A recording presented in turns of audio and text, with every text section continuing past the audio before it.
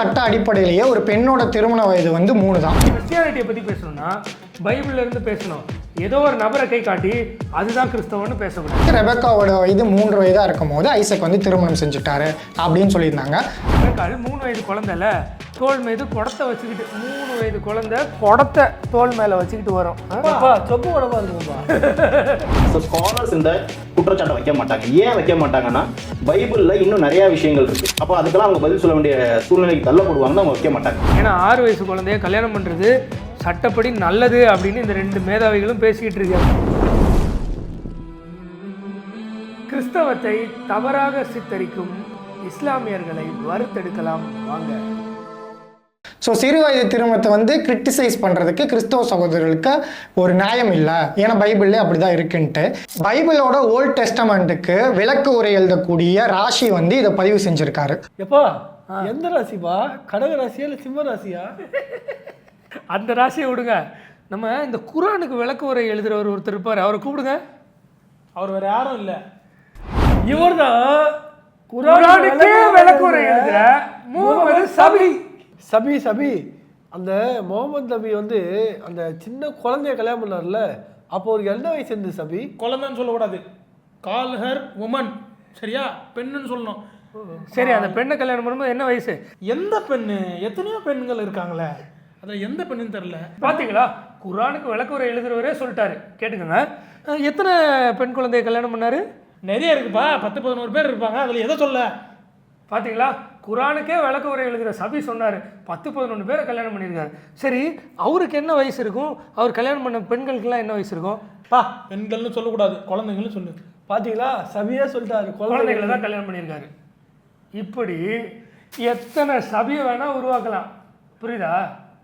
அதே போல தான் யூதர்களில் இவர் எதிர்க்காரு, அவர் எதிர்க்காரு, ராசி எதிர்க்காரு. எங்கடா நீங்கள் ஏதாவது பேசணும்னா பைபிள்லேருந்து பேசணும்னா, நீ கிறிஸ்டியானிட்டியை பற்றி பேசணும்னா பைபிள்லேருந்து பேசணும். ஏதோ ஒரு நபரை கை காட்டி அதுதான் கிறிஸ்தவன்னு பேசக்கூடாது. அப்புறம் நாங்கள் குப்பை சுப்பனெல்லாம் கை காட்டி இஸ்லாம் இதை தான் சொல்லுதுன்னு பேச ஆரம்பித்தாலும் நல்லா இருக்காது. யூத சட்ட அடிப்படையிலேயே ஒரு பெண்ணோட திருமண வயது வந்து 3 தான். இதன் அடிப்படையில் தான் அந்த விளக்குறை வச்சு ரெபெக்காவோட வயது 3 வயதாக இருக்கும் போது ஐசக் வந்து திருமணம் செஞ்சுட்டாரு அப்படின்னு சொல்லியிருந்தாங்க. தம்பி, நான் திரும்பி தெளிவாக சொல்கிறேன், பைபிள்லேருந்து பேசணும். தேவையில்லாததுக்கெல்லாம் ஜெனசிஸ் 22:15 அந்த எண்டு இந்த எண்டுனால. இப்போ நாங்கள் கேட்குறோம், பைபிளில் எந்த அதிகாரத்தில் எந்த வசனத்தின் அடிப்படையில் யூத முறைமையின்படி 3 வயசு பொண்ணை கல்யாணம் பண்ணணும்னு எனக்கு காட்டு. இப்போ நாங்கள் இதே பைபிள்லேருந்து ரெபெக்காக்கே 3 வயசு இல்லைன்னு நான் சொல்கிறேன். எடுத்து படிப்போமா? அதிகாரம் வசனத்தோடு சொல்கிறேன். ஆதியாகமம் 24வது அதிகாரத்தில் டீட்டெயில்டாக இருக்குது, சரியா? ஒரு சின்ன ஜிஸ்ட்டை சொல்லிடுறேன். சாராள், அதாவது ஈசாக்கோட அம்மா இறந்துடுறாங்க. அந்த இழப்பை தாங்க முடியாமல் ஈசாக்கு அவதிப்படுறாரு, சரியா? 37 வயசுலேருந்து 40 வயசு வரைக்கும் ரொம்ப வேதனையில் இருக்கார். அந்த வேதனையில் இருக்கிற நபருக்கு அவங்களுடைய அப்பா ஆபிரகாம், சாராளுடைய கணவன், என்ன பண்ணுறாரு, தன்னுடைய வேலைக்காரனுக்கு சொல்லி அனுப்புகிறாரு, இங்கே வேண்டாம், ஏன் ஊருக்கு போ, பதான் ஆராம் போ, அங்கே போயிட்டு ஈசாக்குக்கு ஒரு பெண் கொண்டு வா, குணசாலியான ஸ்திரியை வந்து பிடிச்சிட்டு வான்றாரு. அந்த வசனத்தை அப்படியே படிக்கிறேன் பாருங்க. ஆதியாகமம் 24:4, நீ என் தேசத்துக்கும் என் இனத்தாரிடத்திற்கும் போய். யார்கிட்ட சொல்றாரு? அவருடைய ஊழியக்காரங்கிட்ட ஆபிரகாம் சொல்றாரு. ஆபிரகாமோட தேசத்துக்கும் ஆபிரகாமோட இனத்துக்கும் போய் என் குமாரனாகிய ஈசாக்குக்கு பெண் கொள்வேன் என்று, பெண் குழந்தை கொள்வேன் என்று இல்லை, சரியா? பெண் கொள்வேன் என்று. குழந்தைன்னு தான் பைபிள் சொல்லணும். பிள்ளைகள், சிறு பிள்ளைகளை என்னிடத்தில் வருவதற்கு தடை பண்ணாதிருங்கள் அப்படின்னு ஆண்டவர் சொல்கிறார். ஸோ குழந்தைகளை சிறு பிள்ளைகள் தான் சொல்லுவாங்க, பைபிள் நடைக்கு சொல்கிறேன், சரியா? என் குமாரனாகிய ஈசாக்குக்கு பெண் கொள்வேன் என்று வானத்துக்கு தேவனும் பூமிக்கு தேவனும் ஆகிய கர்த்தர் பேரில் எனக்கு ஆணையிட்டு கொடுக்கும்படி நீ உன் கையை என் தொடையின் கீழ் வை என்றான். ப்ராமிஸ் பண்ணு அப்படின்னு சொல்கிறார், சரியா? இதுதான் அங்கே நடந்த விஷயம். அதற்கு அந்த ஊழியக்காரன், அவ்விடத்து பெண் என் பின்னே இந்த தேசத்துக்கு வர மனதில்லாதிருந்தால், அவ்விடத்து பெண் குழந்தை இல்லை, 3 வயசு குழந்தை இல்லை, யூத முறைமையின்படி 3 வயசுல கல்யாணம் பண்ணணும் நீ கதை விடுறல, அந்த கதை உண்மையா இருந்தா 3 வயசு குழந்தையா இருந்தா பின்னாடி வருமா? வந்துடும். நாங்கள் ஊருக்கு போகிற வரியா அப்படின்னா சாக்லேட் கொடுத்து கூட்டு வரலாம். ஆனால் நல்லா கேட்டுக்கோங்க, அவ்விடத்து பெண் என் பின்னே இந்த தேசத்துக்கு வர மனதில்லாது இருந்தால் 3 வயசு குழந்தைக்கு தேசத்துக்கு வர்றதுக்கு மனது இருக்குது இல்லைன்னு டிசைட் பண்ணுற கெப்பாசிட்டி இருக்குமா? தூக்கி அக்கலாமட்டில் உட்கார வச்சு தூக்கி வர வேண்டியதுதான்.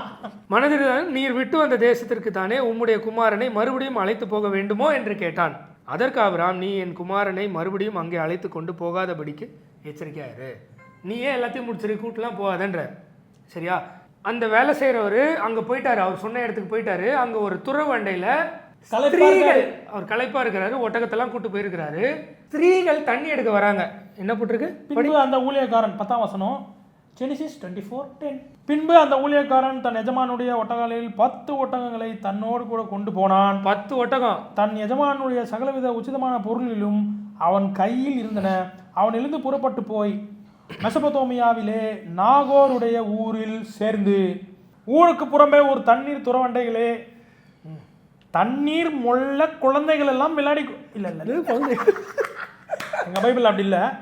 தண்ணீர் மொள்ள ஸ்திரீகள் புறப்படுகிற சாயங்கால வேளையிலே ஒட்டகங்களை மடக்கி தனக்குள்ளே சொல்லிக்கொண்டது என்னவென்றால், என் எஜமானனாகி ஆபிரகாமுக்கு தேவனாக இருக்கிற கர்த்தாவே, இன்றைக்கு நீர் எனக்கு காரியம் சித்திக்க பண்ணி என் எஜமானாகிய ஆபிரகாமுக்கு தயவு செய்தருளும். இதோ நான் இந்த தண்ணீர் துறவண்டையிலே நிற்கிறேன். இந்த ஊராருடைய பெண்கள், பெண் குழந்தைகள் இல்ல பெண்கள், பெண் குழந்தைகள் எங்க பைபிள் அப்படிதான் இருக்குது. பெண்கள் தண்ணீர் மொள்ள புறப்பட்டு வருவார்களே, நான் குடிக்க உன் குடத்தை சாய்க்க வேண்டும் என்று நான் சொல்லும்போது குடி என்றும் உன் ஒட்டகங்களுக்கும் குடிக்கும்படி வார்ப்பேன் என்றும் சொல்லும் பெண் எவளோ? பெண்ணா குழந்தையாப்பா? குழந்தை எவளோ? பெண் எவளோ? அவளே, நீர் உம்முடைய ஊழியக்காரனாகிய ஈசாக்குக்கு நியமித்தவளாக இருக்கவும் என் எஜமானுக்கு அனுகிரகம் செய்தீர் என்று நான் அதனாலே அறியவும் செய்தருளும் என்றான். தொடர்ந்து படிக்கிறேன். அவன் இப்படி சொல்லி முடிக்கும் முன்னே, இதோ ஆபிரகாமுடைய சகோதரனாகிய நாகோரின் மனைவி மில்காலுடைய குமாரத்தியாய் இருக்கிற பெத்துவேலுக்கு பிறந்த ரெபெக்காள் குடத்தை தோள் மேல் வைத்து கொண்டு புறப்பட்டு வந்தாள். 3 வயது குழந்தை வந்துச்சு. அதான் அந்த ரெபெக்காள் 3 வயது குழந்தைல தோல் மீது குடத்தை வச்சுக்கிட்டு, 3 வயது குழந்தை குடத்தை தோல் மேல வச்சுக்கிட்டு வரும். சொப்பு குடமா இருக்கும்பா. இந்த பெண்கள் ஸ்திரீகள்லாம் அப்படியே டேங்க் வரும்போது போவாங்கல்ல, அப்போ குழந்தைங்களும் போவோம், சொப்பு கூட எடுத்துன்னு போவோம். அந்த மாதிரி ஏதாவது குழந்தையா இருக்கும் போல. அது இல்லைன்னு இன்னும் ப்ரூவ் பண்ற வாங்க. அந்த பெண் மகா ரூபவதியும் புருஷனை அறியாத கன்னிகையுமாய் இருந்தாள். மகா ரூபவதி 3 வயசு குழந்தையாடா? எங்க வேதம் சொல்லுப்பா, எல்லாம் குழந்தையா இருக்கும்பா. அது கன்னியா இருந்தால், கன்னியா இருந்தால், பெண் குழந்தையா இருந்தாலும் சொல்லிருக்கணும். அது என்ன புருஷனை அறியாத கன்னியா இருந்தால்? அப்போ 3 வயசு குழந்தைங்க எல்லாம் புருஷனை அறியாத கன்னின்னு சொல்லுவாங்களா?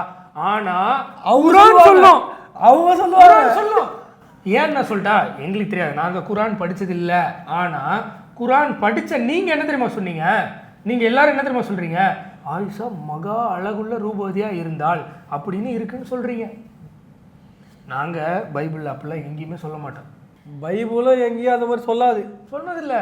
அந்த பெண் மகா ரூபவதியும் புருஷனை அறியாத கன்னியுமாய் இருந்தால் அவள் துறவில் இறங்கி தன் குடத்தை நிரப்பிக்கொண்டு ஏறி வந்தாள். துறவில் 3 வயசு குழந்தை இறங்கி குடத்தை நிரப்பி, நம்ம ஊர்ல குழந்தை கிணத்துல ஊந்துச்சுன்னு தான் வரும். இங்க வந்து இறங்கி போயிருக்காங்க. அப்பொழுது அந்த ஊழியக்காரன் அவளுக்கு எதிர்கொண்டு ஓடி, உன் குடத்தில் இருக்கிற தண்ணீர் கொஞ்சம் குடிக்க தர வேண்டும். சொப்பு குடத்துல கொஞ்சம் குடிக்க, கொஞ்சமா இருக்கிறதுல கொஞ்சம் குடிக்க. அதற்கு அவள், குடியும் என் ஆண்டவனே என்று சீக்கிரமாய் குடத்தை தன் கையில் இறக்கி கொண்டு அவனுக்கு குடிக்க கொடுத்தாள். கொடுத்த பின், உம்முடைய ஒட்டகங்களுக்கும் குடித்து தீரு மட்டும் அவருக்கும் மொண்டு வார்ப்பேன் என்று சொல்லி. எப்பா குடத்தை இறக்குறவங்களுக்கும் சொப்பு குடம். 3 வயசு குழந்தை சொப்பு குடத்தை வச்சு ஒட்டகம், 10 ஒட்டகம் நோட் பண்ணிங்களே, ஏற்கனவே படிக்கப்பா 10 ஒட்டகம் இல்ல, அது வந்து 10 ஒட்டக பொம்மையா இருக்கும். அந்த 10 ஒட்டக பொம்மைக்கு தான் குடிக்க கொடுக்க முடியும். 3 வயசு குழந்தை. எனக்கு தெரிஞ்சு இவங்க வந்து அந்த 3 வயசு குழந்தை ரெபக்கால்னு சொல்றது பதிலாக அந்த ஊழியக்காரனுக்கு 2 வயசுன்னு சொல்லிருக்கணும். அப்பதான் சின்ன குழந்தைங்களாம் ஒன்னா விளையாடும் அப்படியே அங்க. இதுல வேற யூத முறைமையின்படி 3 வயசுல தான் கல்யாணம் பண்ணுவாங்களாம். அப்படி யூத முறைமையின்படி 3 வயசுல கல்யாணம் பண்றதா இருந்தா ஆபிரகாம் வேலைக்காரனை கூப்பிட்டு, நீ போயிட்டு 3 வயசு குழந்தை எங்கே இருக்கோ பார்த்து கூட்டணுவான்னு சொல்லணும். அப்படி 3 வயசு குழந்தை முறைமையாக இருந்தால் ஆபிரகாமோட வேலைக்காரன் அங்கே போய் துறவண்டியில் போய் ஒட்டகத்துக்கு வார்க்கிறது யாரோ அவங்க தான் கர்த்தர் காட்டுங்க அப்படின்னு சொல்லக்கூடாது. என்ன எந்த வீட்டில் குழந்தை இருக்குன்னு தெரியாமல் தத்தளிக்கணும். 3 வயசு குழந்தை வீட்டுக்குள்ளே இருக்கும், எங்கே போகிறது, எப்படி பொண்ணு பார்க்குறதுன்னு எப்படின்னு இருப்பாரு. அதுக்குன்னு இந்த வீடியோனுடைய கருத்து என்னன்னா, கிறிஸ்தவத்தை வேதத்துக்கு புறம்பா பேசக்கூடாது. தம்பி, இஸ்லாத்தையோ இல்லை உங்களுடைய மத நம்பிக்கையோ எதையும் நாங்கள் சொல்லணுன்றது காயப்படுத்தணுன்றது எங்களுடைய நோக்கமே அல்ல. சரியா? நீங்கள் ரொம்ப அநியாயம் பண்ணக்கூடாது. சரியா? நம்ம வேத அடிப்படையில் நியாயமாக பேசணும். நீங்கள் லீ டிவி நெட்வொர்க்குன்னு சொல்லிட்டு இஸ்லாத்தில் உள்ள குறைகளை பேசி அதெல்லாம் இப்படி இல்லை அப்படி இல்லைன்னு சொல்கிறீங்க.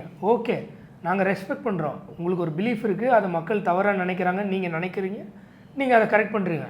ஆனால் அடுத்தவங்க மதத்துக்குள்ளே பேச வர்றதுக்கு முன்னாடி அட்லீஸ்ட் அந்த மதம் என்ன சொல்லுதுன்னு தெரிஞ்சுக்கணும், இல்லைன்னா கம்முன்னு இருக்கணும். அதை விட்டுட்டு அதை ப்ரூவ் பண்ணுறேன் இது ப்ரூவ் பண்ணுறேன்னு சொல்லி உங்களை நீங்களே முட்டாள்னு தான் ப்ரூவ் பண்ணுறீங்க. கடைசியாக உண்மையிலே ஒன்றும் படிப்பறிவே இல்லாத முட்டா பசங்கன்னு ப்ரூவ் பண்ணிருக்கீங்க. சரி, இன்னொருத்தர் வராரு பாருங்க. ஸோ ஸ்காலர்ஸ் இந்த குற்றச்சாட்டை வைக்க மாட்டாங்க. ஏன் வைக்க மாட்டாங்கன்னா, பைபிளில் இன்னும் நிறைய விஷயங்கள் இருக்கு. அப்போ அதுக்கெல்லாம் அவங்க பதில் சொல்ல வேண்டிய சூழ்நிலைக்கு தள்ளப்படுவாங்கன்னு அவங்க வைக்க மாட்டாங்க. இன்னொரு மேதாவி ஸ்காலர்ஸ் அதெல்லாம் வரமாட்டாங்க. குழந்தை திருமணம் பண்ணுறது இந்தியாவில் தான் இன்னும் காட்டுமிராண்டித்தனமாக எங்கேயோ மூலை முடுக்கலெல்லாம் கேள்விப்படுறோம். ஆனால் அரபு தேசத்துலலாம் குழந்தை திருமணம் பண்ணுறது லீகல்னு நினைக்கிறேன். ஏன்னா 6 வயசு குழந்தைய கல்யாணம் பண்ணுறது சட்டப்படி நல்லது அப்படின்னு இந்த 2 மேதாவிகளும் பேசிக்கிட்டு இருக்கப்பா. அவங்க நம்பியே சொல்லி செஞ்சே காமிச்சிட்டாரு, பின்பற்றாமல் இருப்பாங்களா அவங்க? சரி, இப்போ அடுத்து இந்த நபர் கிறிஸ்தவத்தில் உள்ள ஸ்காலர்ஸ் எல்லாம் எதுவும் பேச மாட்டாங்க, ஏன்னா கிறிஸ்தவத்தில் நிறைய இருக்குன்னு சொன்னார்ல. எப்போ தம்பி, அவர் பார்க்க லீ டிவி பையன் சின்ன பையனாக இருக்கான், அதனால தம்பின்றோம். ஆனால் இவர் வயசில் பெரியவராக இருந்தாலும் புத்தியில் சிறியவர்ன்றதுனால தம்பி இதுக்கு பேர் தான் பைபிள். என்ன இருக்கும்னா ஹோலி பைபிள் டிரான்ஸ்லேட்டட் ஃப்ரம், அதாவது இது எபிரேய கிரேக்க என்னும் மூல பாஷையிலிருந்து தமிழில் மொழிபெயர்க்கப்பட்டது. பைபிள் சொசைட்டி அப்படின்னு ஒன்று இருக்குது, அதுதான் டிரான்ஸ்லேஷன். நம்ம தமிழ் பைபிள் எல்லாத்தையும் ப்ரிசர்வ் பண்ணிட்டு வருது. அந்த பைபிளில் இருந்து நீங்கள் ஏதாவது பேசுனீங்கன்னா நாங்கள் வந்து நிற்போம், உங்களுக்கு பதில் கொடுப்போம். அன்னை ஆயிஷா அவர்களை 6 வயதுல மேரேஜ் கான்ட்ராக்ட் போட்டாங்களா? ஆமா போட்டாங்க. முகமதுன்னு ஒரு நபர் 56 வயசுடையவர் 6 வயது பெண் குழந்தைய கல்யாணம் பண்ணாருன்றது பைபிள் அடிப்படையிலே ரெபேக்கா 3 வயதுல தான் ஐசக் திருமணம் செஞ்சாரு.